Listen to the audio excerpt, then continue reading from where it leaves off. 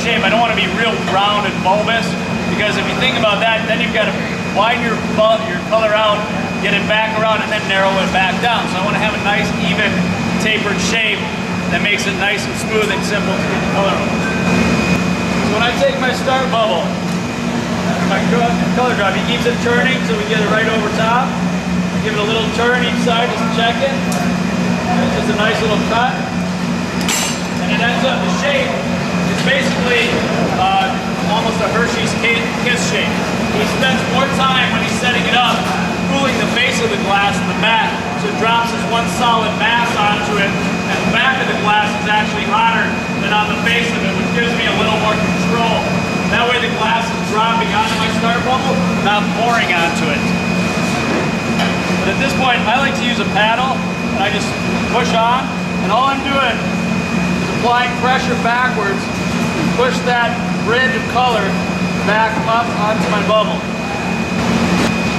Then when I come back over, I'll using my tweezers, I don't want to grab the color itself, but I'll grab behind the color and pull that clear back so that it lines up where I want it to be. And I'm not necessarily too worried about it getting a little pulled off center, because what I'm going to do is go back in, block this back up, and center it back up. But I want that color up onto my foil there so that I have a nice edge. You see I've got a little color bubble there on the side. One way you can get rid of that is just a little drop of water. Now my bubble's popped. Should have known that earlier today. The majority of the color I use is actually gaffer color, which is from New Zealand. And the reason I do it is because all their glass and all their color moves at a very consistent rate. And it just makes things a lot easier. Where I can take a really rich, dense blue, and I can pair that with a dense red, and I don't have an issue where one's going to be really stiff and the other's going to be really fluid.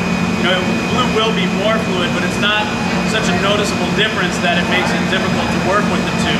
I'll go in before I get too hot, tips together, and I open up on top of the bubble, not trying to grab the bubble, because what that does is creates a little vacuum that helps to pull that bubble up. And I can cut it off without getting a big line pulled up in my color itself. And if you're using a transparent, pull that line up, obviously it'll flatten back down, but it's going to fold over. You'll have a darker line across your glass when you blow it out.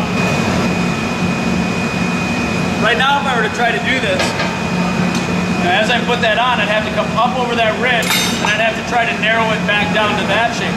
So I want to have a nice, even, smooth, tapered shape for setting this up. And very soft.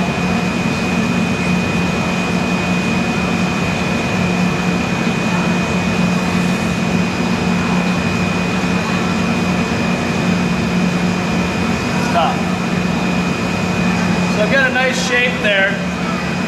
It's even. I'm not real wide up here. It's going to get a little wider at the back there, but it gives me a nice stable point to control. So what I'm going to do is I'm actually going to hand this off to Phil to keep this under control and just keep it warm. What I don't want to do is I don't want it to be hot and moving when I go to do my Swedish Overlay. I want it to be stable and warm, but I want this to stay stable as I'm heating up that top piece to pull back over. So to do that, we keep it at a nice cold and glass blowing standards, stable temperature.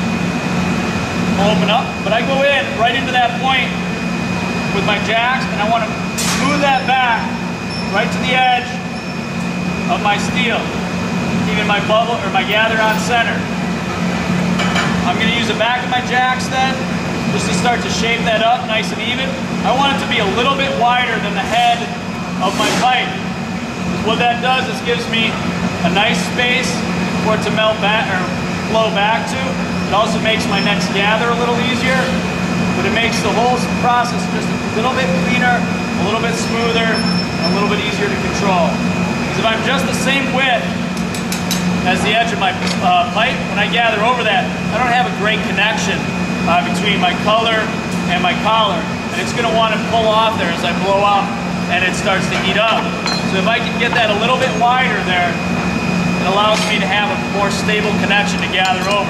So I'm going to let this cool just a little bit and I'll take a flash. I just want the very surface of this to be warm so that the glass my color sticks to it, but this is going to be nice and stable and cool so that it doesn't want to start to move and shift around.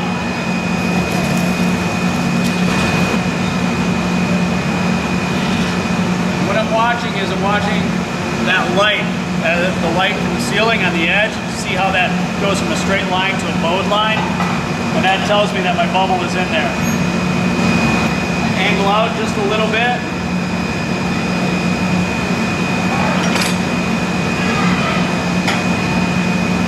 Soft air. So I don't want it so hot that it's going to be shifting around and flowing on me, but I want it pretty warm. Flip, and as we stop, it sags a little bit, so I have it, flip it over. I can center it back up. You see that capping allowed me to keep that nice shape I wanted, but still get a nice strong connection onto this piece.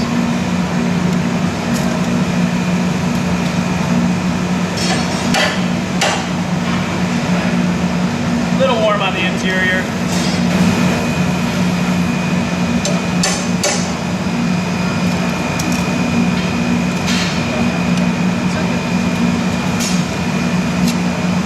I always like to go back in, and before I go take a heat, I'll give it a slight paper just to chill the lip and bring it back in under control so it doesn't get too wide or flared out too much. Because once you get that out wide, you can't bring it back in. So I'll come back, I'll catch it one time.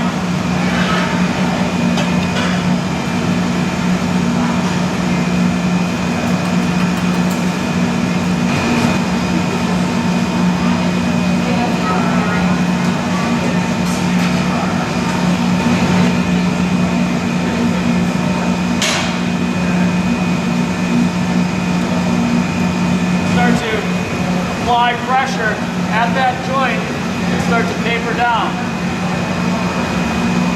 Because what I don't want to do is just start to close down or above it, because I'll trap an air bubble at that point.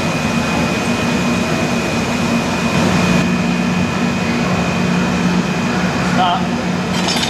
So you can see that surface that the steel wool leaves on your glass is really pretty interesting. Like I said, you can then, when it's cold, you can patina that with apple vinegar or anything to cause it to rust. There's all sorts of different ways. Whatever you can do to metal, you can do to that. Soft.